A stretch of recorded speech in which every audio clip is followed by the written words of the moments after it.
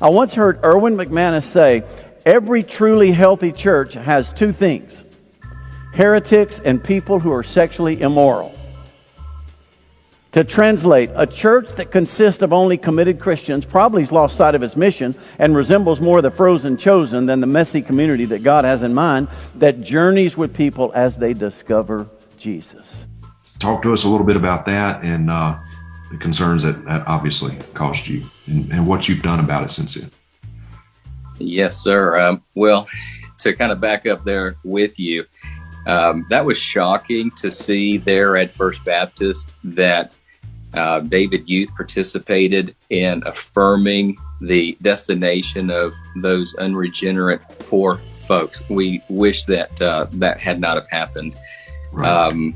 But them and their families aside, and our condolences still go to them for certain, for sure. We're talking about David Youth. So that being the case, the subject at hand here in First Baptist Orlando, Titus 1:9 is right in the middle of the qualifications for a faithful pastor and elder. And you must, according to verse 9, not only exhort sound doctrine, but refute those who contradict it.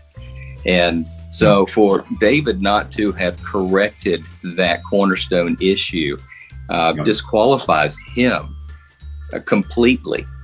And for him not to have corrected it even later or say anything about it, but in fact, he has defended it. That's right. That's right. That is very clear. I'm personally very concerned as well with the members of First Baptist Orlando and their lack of discernment. So that's a real issue, but I understand the frog in the pan illustration. I understand long time, conditioning. I understand the victim's place of there in Orlando, but it's time to wake up and to compare scripture with what's being done, and don't listen, but look. And so nevertheless, David has continued to do these things. And if you continue to read in verse 13 in Titus, it says to reprove these type severely. And so I have no qualms at all with being clear with what's going wrong there. He obviously is not a complementarian. He does not preach sound doctrine. In fact, he's an egalitarian, and he's an outspoken egalitarian, so much so that he placed a woman pastor in a preaching slot at the pastors' convention preceding the Southern Baptist Convention that got canceled due to COVID in 2020. Yeah. So you couldn't be any more loud and clear. And he would say, well, she wasn't going to preach. This is conditioning. We're just trying to move this type of stuff in slowly. This is conditioning. We're just trying to move this type of stuff in slowly.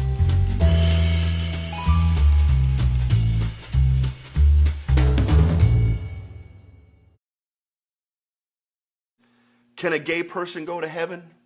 Yeah. A gay person can go to heaven. It's not a sin to have a same-sex attraction. Failure of a credentialed minister to prohibit their credentialed or non-credentialed employees of denominationally affiliated institutions or churches, under their authority, from engaging in this behavior as grounds for disciplinary action. Pastor Robert L. Carver II, and I'm so glad that you joined me here. I have something I want to let you know. You see how high gas is? You see we have a baby formula shortage. We also have food that's high. Inflation is high. What is going on? Well, things may get worse before they get better, and you need to be prepared. Go to preparewithrobert.com. Go to preparewithrobert.com. Brought to you by My Pager Supply. Get emergency food kits right there for 2,000 plus calories a day. You're going to need that. It's brought to you by My Pager Supply. Go to preparewithrobert.com. Don't be left behind. Be ready now. Let's go.